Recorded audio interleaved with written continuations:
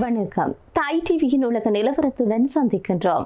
America நடத்திய தாக்குதலில் ஈரானின் மறைந்த உச்ச தலைவரான அயதுல்லா அலி ஹமேனியின் இறுதிச் சடங்கு பல மாதங்களுக்கு பிறகு இப்போதுதான் நடைபெற்றிருந்தது. அதில் மாஸ்க் அணிந்து பங்கேற்ற ஒரு மர்ம நபர் குறித்து இணையத்தில் மிகப்பெரிய அளவில் பேசுபொருளாகி இருந்தது. அவர் யார் என்பது குறித்து பல்வேறு விதமான விவாதங்கள் நடந்திருக்கக்கூடிய நிலையில் அதற்கு இப்போது விடை கிடைத்திருக்கிறது. இது குறித்து தான் இன்றைய உலக நிலவரத்தில் பார்க்க போகின்றோம். அமெரிக்கா ஈரான் இடையில் வெடித்த மோதலில் ஈரானினுடைய உச்ச தலைவரான அயதுல்லா அலி ஹமீனி படுகொலை செய்யப்பட்டிருந்தார். பிப்ரவரி மாதம் 28ஆம் தேதி அமெரிக்கா இஸ்ரேல் நடத்திய முதல் தாக்குதலிலேயே அலி ஹமீனி கொல்லப்பட்டிருந்தார். அதற்கு பிறகும் பல மாதங்கள் மோதல் தொடர்ந்ததால் அலி ஹமீனியினுடைய உடலுக்கு இறுதிச் சடங்கு நடைபெறவில்லை. இந்த சூழ்நிலையில் தான் தற்காலிக போர் நிறுத்தம் அமலுக்கு வந்த பிறகு கடந்த சில நாட்களுக்கு முன்பு கமேனியினுடைய இறுதி சடங்கு தெஹ்ரானில் நடைபெற்றிருந்தது. இதில் மிகப்பெரிய மக்கள் கூட்டம் பங்கேற்றிருந்தனர். சுமார் 4 கோடி மக்கள் இதில் பங்கு பெற்றிருந்ததாக கூறப்படுகின்றது.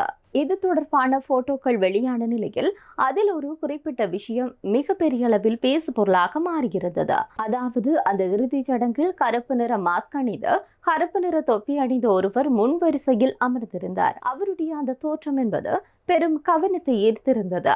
அவர் யார் என்பதில் விவாதம் ஏற்பட்டது. சிலர் அவர் உளவாளி என்றெல்லாம் கூறியிருந்தனர். இந்த சூழ்நிலையில் தான் அதற்கான பதில் கிடைத்திருக்கிறது. குறிப்பாக அந்த மாஸ்க் நபர் ஹமேனியினுடைய மூத்த பேரனான முகமது ஜவாத் கமேனி என்பதும் குறிப்பிடத்தக்கது. இந்த முகமது ஜவாத் கமேனி மறைந்த உச்ச தலைவரான அயதுல்லா அலி ஹமேனியினுடைய மூத்த மகனான முஸ்தபா கமேனியினுடைய மகன் என்று கூறப்படுகிறது. கடந்த பிப்ரவரி மாதம் 28ஆம் தேதி அமெரிக்கா மற்றும் இஸ்ரேல் இணைந்து நடத்தி இருக்கக்கூடிய தாக்குதலின் போது இவர் காயமடைந்திருப்பதாக சொல்லப்படுகிறது. குறிப்பாக ஜவாத்தினுடைய முகத்தில் கடுமையான தீக்காயம் ஏற்பட்டிருக்கிறது. இதன் காரணமாகத்தான் இறுதிச் சடங்கில் அவர் தன்னுடைய முகத்தை கருப்பு மாஸ்கால் மறைந்திருந்ததாக சொல்லப்படுகிறது.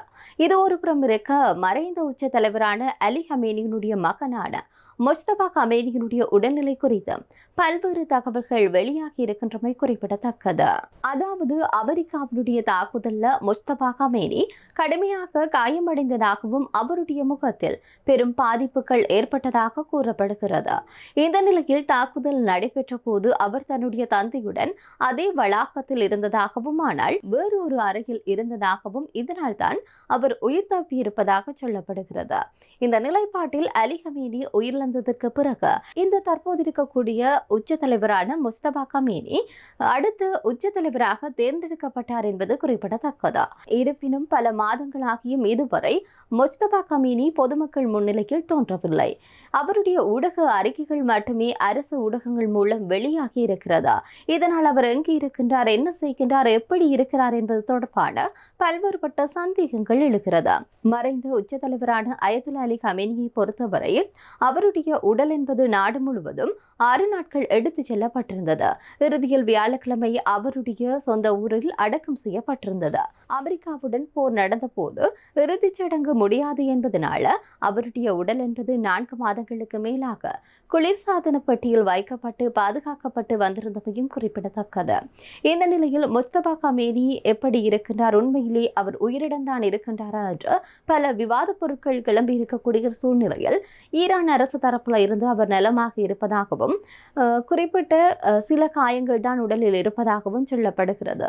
இந்த நிலைப்பாட்டில் அடுத்த கட்ட நடவடிக்கைகள் என்னவாக இருக்கும் என்பதையும் நாங்கள் பொறுத்திருந்துதான் பார்க்க வேண்டும். மற்றும் ஒரு தாய் டிவியில் உலக நிலவரத்தில் சந்திப்போம். நன்றி.